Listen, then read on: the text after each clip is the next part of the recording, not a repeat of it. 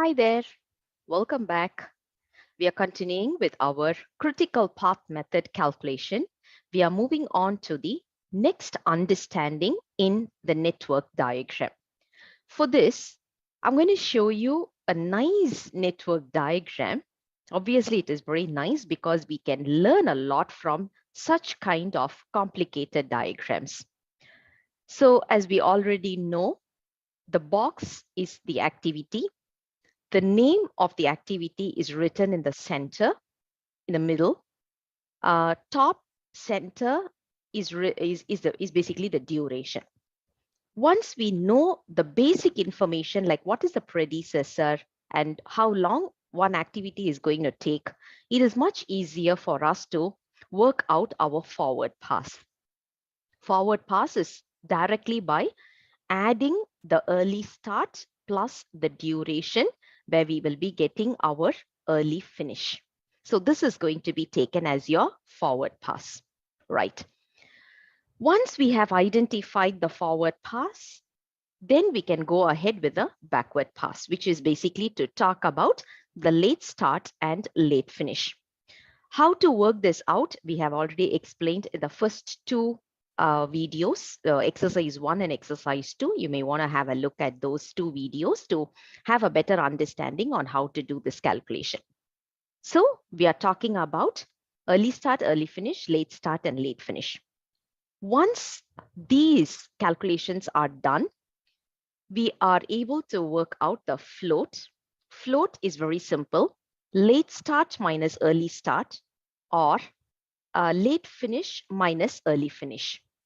Those are both formulas must give you the same answer if our network diagram is constructed in the right manner. So based on the float calculation, we have identified, and float is written in the middle below, right? So you are able to see that. And critical path has been identified also, which is nothing but zero float activities. So we are able to identify what is your critical path, right? Now, once we have this information, common question we always face is, what is the usage of this float? Is float the same as buffer? The answer is no. Float and reserve, float and buffer is not the same. For example, when we talk about this network diagram here, look at activity H. It says 3 days. There is a possibility this activity needs only 2 days to complete, and 1 day is a buffer. That is what we call it as reserve. In order to face the risk, we have one more additional day, something like a cushion to face the risk.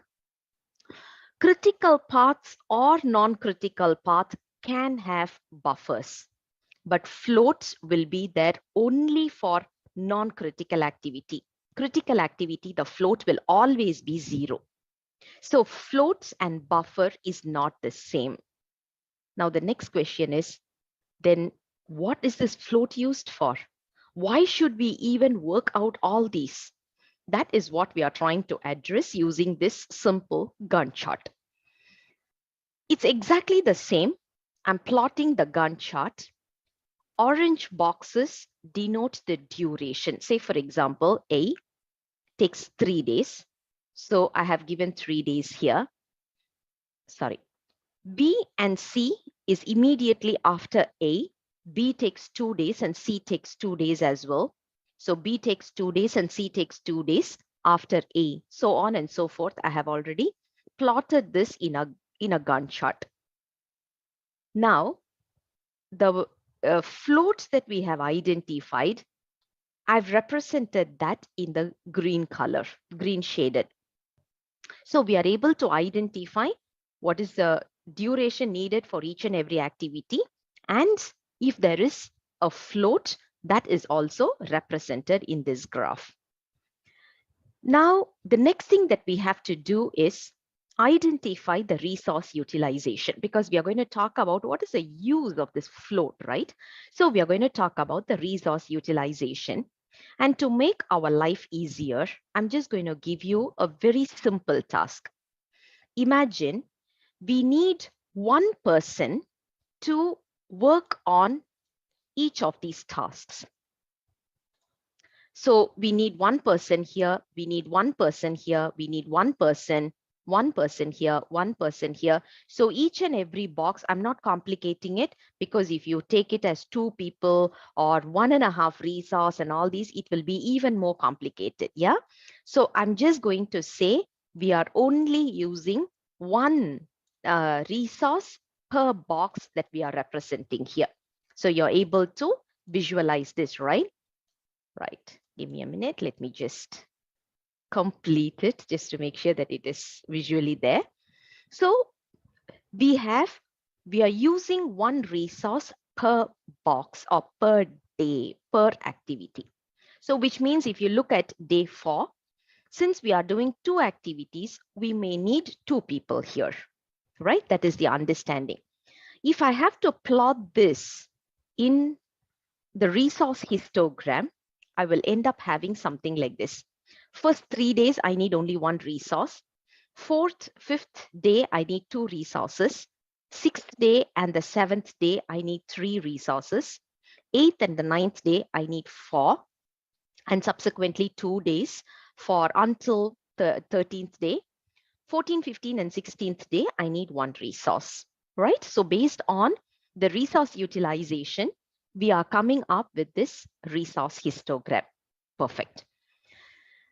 Now, the resource manager comes in. For some reason, he says, sorry, I cannot give you 4 resource.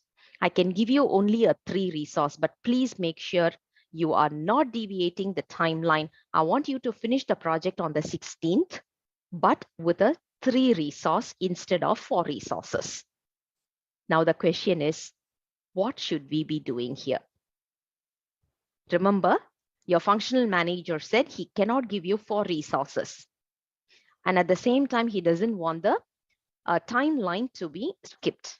So which means we have to finish it on the 16th.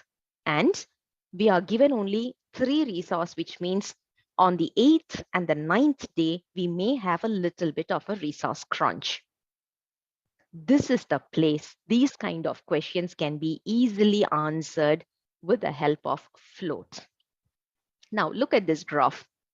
What can you possibly do in order to align with this resource crunch? Right? So we need to target all the activities on day 8 and day 9. So which means F, G, H, and K are the 4 activities that we can possibly play around. Can we shift F? We can't, because there is only 1 day of float here. G, probably yes. H, no, because it is a critical path. K, possibly yes. Why do we say H is a critical path? Is because we don't have a float value here. Remember, 0 float is your critical path. So there are a couple of options for us. One option that we can perform is totally shift activity G, because we have a 4 days of float. So what we can eventually do is, instead of starting on the 6th, we are shifting it to start on the 10th. And you see, we are not shifting the timeline. The timeline is still on the 16th. Project timeline is still on the 16th, but I'm able to meet up with my resource manager's requirement, which is only 3 resources, right? This is one option. You're able to follow through this, right? So I'm shifting activity G all along, alternatively. I can also do something here with K and L. As I said, K, I just shift for 2 days because I have a 2 days of float over there. So I can shift. But remember, L can start only after K. That is the reason I end up shifting L as well. Now, which resource histogram is more ideal from the costing perspective? You guys can decide, and then you can choose whether to shift G or to shift K and L. This is the reason why we are finding out float. As I said earlier itself, float is not the same as buffer. Buffer can be there for each and every activity here because buffer is an additional time that we are putting in or adding up just to make sure we are able to face the risk in a comfortable manner. Whereas when you talk about float, it is only going to be there for non-critical activities. If the float is zero, it is a critical activity. So that is the main difference that we are talking about here. Hope the understanding is clear. If you have any other questions, please feel free to post it in the comment section and we will take it up and answer in the subsequent videos. See you guys until then. Bye-bye.